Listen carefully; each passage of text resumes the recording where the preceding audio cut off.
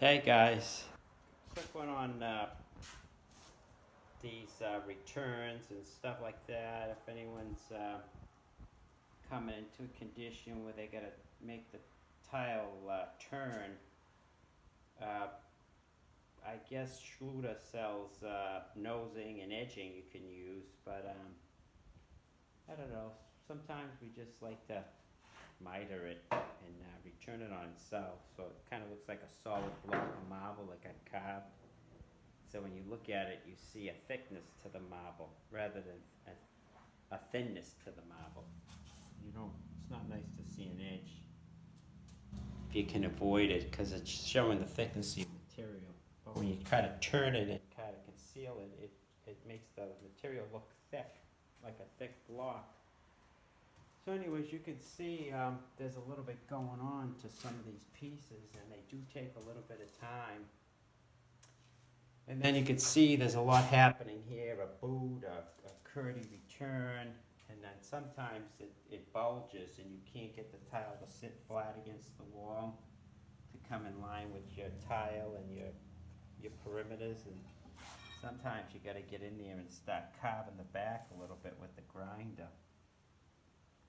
See, this one got ground down slightly to come around this, I can stick it in there like it took a little while to make this piece.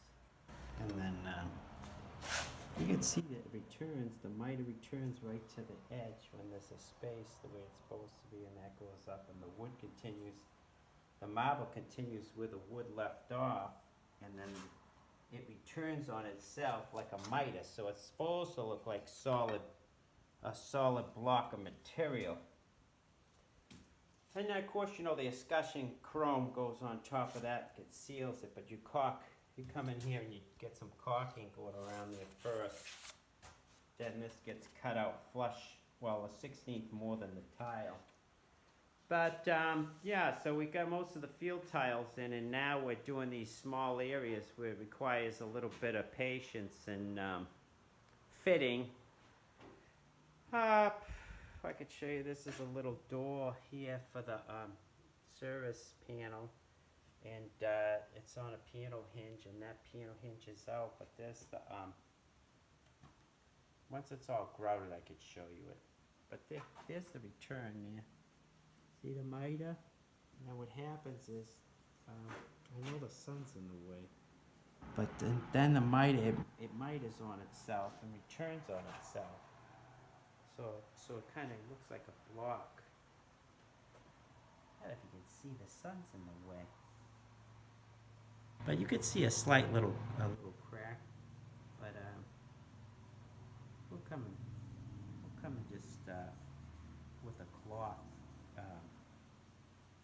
We'll sand it down just a little slightly, and then we'll do is when we grout, we'll use a cloth on the edge to get it to fill in there.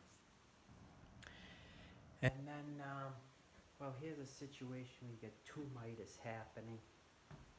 You can see it comes down, and then the miter returns in two directions. See it? It miters this way, and then it miters that way, so it's like a double miter. And your saw will only do one side. The other side, you gotta use the edge of the blade to get it to do the double. And then you see we use these little shelves so we could sit on our courses. See, this comes out, this shelf comes out, but the tub platform goes down first because we got to get it real level, so when the tub sits in there, the edge sits all the way around equally on the tile. And then if for some reason we had to cut one top wall tile slightly different than the other, we can to meet back in after. So I guess, I don't know if anyone's interested in trying to do some of that mitering stuff. And then that's how it meets the window, if you can see with the sun. We can come in there later and just give it a very fine, this window frame's got to get painted, by the way. Come in there and get a very fine caulk joint there. Anyways, That's how that's going there. That's how that's looking, and then you cut out for your boxes, and then these skirts come off the tub, so they're removable. We'll do those later. But that's what that's looking like. We're finishing up these niches, and my dad is actually, yeah, we red guarded where the mosaics go.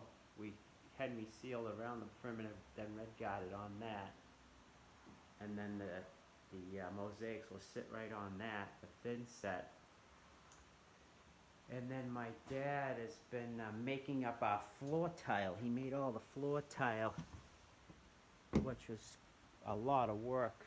There's quite a few tiles. See, now we're not working with the 12 by 12 tile on the floor.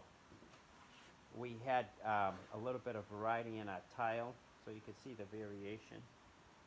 Dark, light to marbly, and then you see different grains. Dark grain, light grain. We separated the grain and the style of tile, and we created our own floor tiles. So our floor tiles are going to be roughly 4 by 12s. And it's going to be set on a running bond pattern. So we'll have a wall tile as a border. I can show you. And this tile's kind of dirty, but because we had to cut it all. So there's 2 rows of a wall on the floor now, 2 rows of a border, and they do a running bond pattern, like brickwork. Sorry, I'm just trying to see. And then board for the brine disc. Like that. And my father sanded all the edges. He put the micro edge back on these, so when we go to grout, we'll have some kind of a grout joint, because you can't.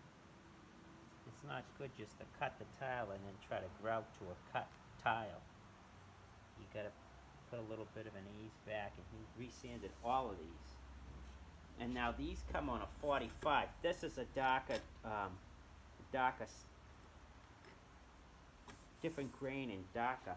So these guys, let me grab some.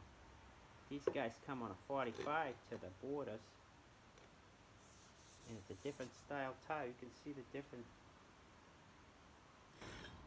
different look to it. These all get cut in on a 45.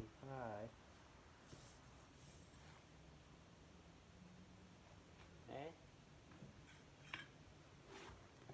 Well, you get the idea. These are supposed to be halfway, but you can run your joints more.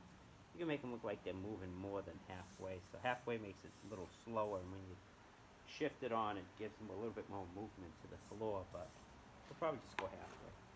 And then you can see there's 2 border tiles that match the walls, and then we start with a darker inlay tile inside on an angle coming in, and then, of course, you know, the larger the tile in a bathroom, the more dangerous it is, because it's a slip condition there. So but the more grout joints you make, the more traction you'll have. So they say, well, you don't have to do that in the bath, only in the shower. But when you come out of the shower or the tub and you're wet and you're walking and there's no mat, you could walk on the floor and fall. So another reason why we broke that tile down a little bit smaller, we got 3 pieces out of a 12-inch tile. We got 3. Is to create more grout, so we have more slip resistance. And then, of course, in the shower area, that's where you really want to have not large pieces. You want to make your small mosaics if you can get them smaller, because the more grout you got there. These tiles are the top ones. They had little chips in the corners and stuff. But so you get your little grout joints. And my father sanded all of these, made all these tiles. You get 9 out of a 12 by 12. See, and then you get enough grout joint. Like I said, the top ones had a little bit of damage, so we separated them. So you got a little bit of grout to for traction. So then when you come out of the shower, when you come out of the bath area and go into the shower area, we'll jump down to the smaller tile. Anyways, that was a little bit of work. So that's our floor. Anyone's interested. The floor plane's a little slightly different than the wall, but it's made out of the same marble, just a little darker marble inlay in the shower too. Anyways, we'll share those as we go. That's about it, guys. And now, when you get your 45 in the other direction, I guess I could show you how we do that.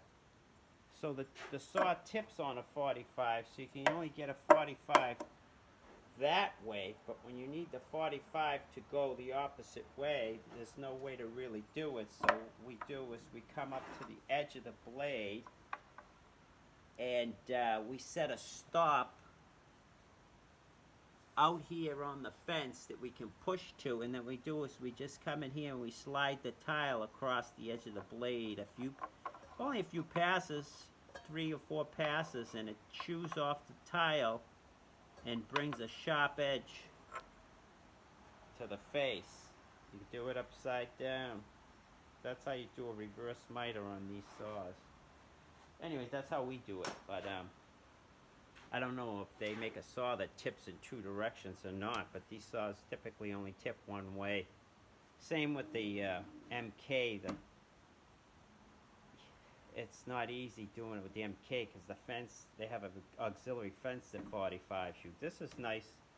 And this saw here, this saw is nice because it chops too. So if you got a cutout for something, you can come down like a chop saw. It has a spring on there. This is a nice saw. I did ask my father. He spent $40, so far it's made all the cuts for us. And then here's more of the floor. That's all our floor tiles we made. And to put that micro edge on there, my dad comes along here with 80, I think he uses 80 grit sandpaper, and it just puts a nice edge there to accept grout. Same as the way the tile was made. Can't even really tell any difference. Alright guys, that's it for now. We'll share as we go. So stay tuned. We'll share how the niches come out. You can see the miters coming together, and then we're going to jump on our floor, and you can see how that stuff's going to lay out. Alright guys, till the next one.